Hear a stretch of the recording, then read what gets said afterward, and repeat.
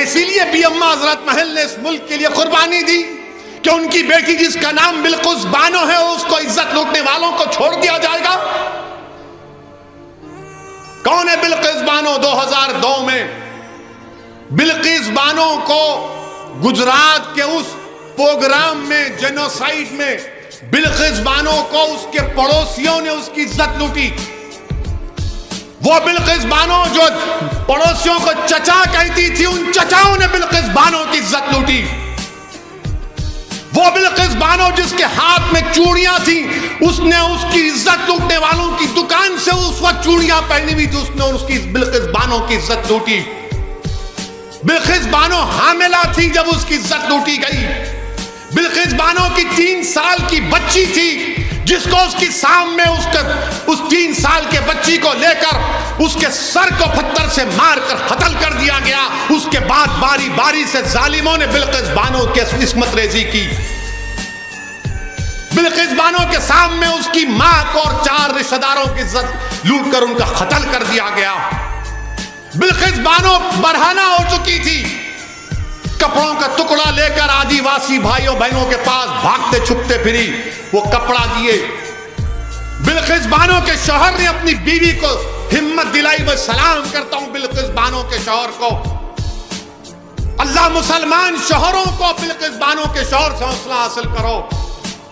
उसने अपनी बीवी के इंसाफ के लिए अपने बीवी के हर तरह से मदद की। 2004 में मुकदमा हुआ। पुलिस बिल्किस बानो की कहानी को यकीन नहीं कर रही थी। बिल्किस बानो ने पुलिस के खिलाफ केस किया। मेडिकल डॉक्टरों ने झूठी रिपोर्ट दी, बिल्किस बानो ने इनके खिलाफ रिपोर्ट की, मुकदमा किया। उसका मुकदमा गुजरात से बाहर मुंबई में हुआ। ट्रायल कोर्ट में सजा हुई, फिर बॉम्बे हाई कोर्ट में उनको सजा दी गई। मेरे अजीज दोस्तों और बुजुर्गों, 75 साल की आजादी का अमृत उत्सव मना रहे हैं और भारत की एक बेटी के साथ इस तरह का सलूक कर दिया जाता है कि अगर किसी की बेटी की इज्जत लूटी जाएगी और उसको कहा जाएगा कि क्या तुम राजी हो कि तुम्हारी बेटी की इज्जत लूटी गई, उसकी बेटी को कत्ल कर दिया गया, उसके पेट में जो हमल था वो जाय हो गया, उसको चंद साल के बाद छोड़ दिया जाएगा, तुम राजी हो? तो कोई बाप, कोई माँ, कोई भाई, कोई बहन तैयार नहीं होगी, कोई इंसान तैयार नहीं होगा। जिसके दिल में इंसानियत जिंदा होगी वो कहेगा कि नहीं, ऐसे जालिमों को जेल में सड़ाना चाहिए। मेरे अजीज दोस्तों और बुजुर्गों, इस बात की हमको तकलीफ है कि आजादी का अमृत उत्सव तो मना रहे हैं, मगर बिल्किस बानो कह रही है कि मेरा गम फिर से ताजा हो गया, इंसाफ पर से मेरा एतमाद कमजोर पड़ गया। बताओ प्रधानमंत्री आप क्या करेंगे? और रिव्यू कमेटी जो क्लेमेंसी दी गई सीआरपीसी में है, कानून में गुंजाइश है, अगर कोई कैदी इतने साल जेल में रहता है तो हुकूमत के पास इख्तियार है। कमेटी बनाई रिव्यू कमेटी।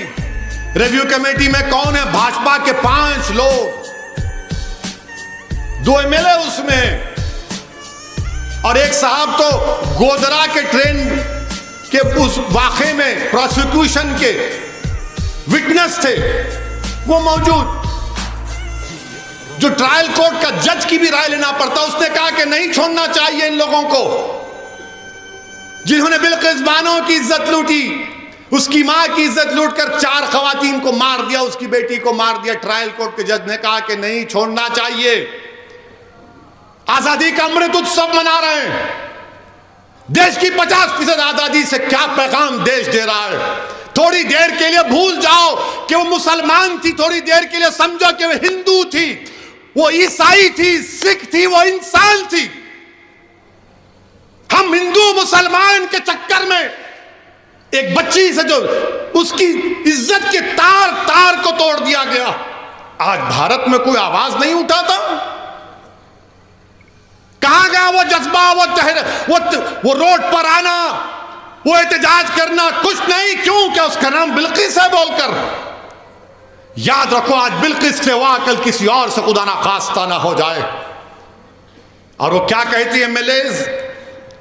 वो जो रिव्यू कमेटी के एमएलए एक टीवी चैनल के इंटरव्यू में कहती हैं, क्या कहती हैं? जिन लोगों ने बिल्किस बानो की इज्जत लूटी वो ब्राह्मण हैं और संस्कारी हैं। किसी की बेटी की इज्जत लूटने वाला संस्कारी हो सकता है जालिम? अगर तेरी बेटी की कोई इज्जत लूटे तो संस्कारी कहेगा तू उसको? इस तरह की बात ऑन रिकॉर्ड कही गई। हम भारत के प्रधानमंत्री से पूछना चाह रहे हैं, ट्रिपल तलाक का कानून आपने बनाया था, आपने पार्लियामेंट और पार्लियामेंट के बाहर कहा था कि मैं मुस्लिम बहनों का भाई हूं। प्रधानमंत्री बिल्किस बानो भी आपकी बहन की बेटी है। प्रधानमंत्री बिल्किस बानो भी आपकी भाई की बेटी है। आप नरेंद्र मोदी हैं मगर आप देश के प्रधानमंत्री हैं, आप मुल्क के वजीर आजम हैं। हम आपसे अपील करते हैं, इंसाफ की खातिर आप अपने अख्तियारात को इस्तेमाल करिए और उन 11 लोगों को दोबारा जेल भिजाइए। वो बिल्किस लाचार और यतीमी की हालत में आज कह रही है कि मैं दुनिया से बात नहीं करूंगी, मैं दुनिया से बात नहीं करूंगी, इंसाफ पे से मेरा भरोसा उठ चुका है। हम वजीर आजम से अपील करते हैं, मुल्क के वजीर आजम से हर शख्स अपील करता है कि भारत के प्रधानमंत्री, तारीख में आपको किस तरह याद किया जाएगा वो आप फैसला कर लो। आप 2 इलेक्शन जीत चुके हैं मगर ये इंसाफ का मामला है, ये इंसाफ का मामला है वजीर आजम। आप मुल्क के 133 करोड़ अवाम के वजीर आजम हैं। आप सिर्फ वोट डालने वालों के वजीर आजम नहीं है, देश के प्रधानमंत्री। आप अपने अख्तियारात को इस्तेमाल करो। बिल्किस बानो अपने घर से निकलने से डर रही है। हम देश के वजीर आजम से, मुल्क के वजीर आजम से कहना चाहते हैं, आजादी का अमृत उत्सव मनाइए मगर देश की 50% आबादी को आपकी सरकार ने, आपकी पार्टी ने गलत पैगाम दिया। ये खवातीन से नाइंसाफी है।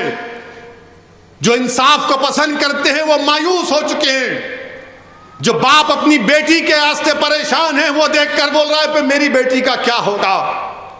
इस मुल्क में कोई दिन नहीं जाता जब हमारी खवातीन पर जुल्म नहीं किया जाता।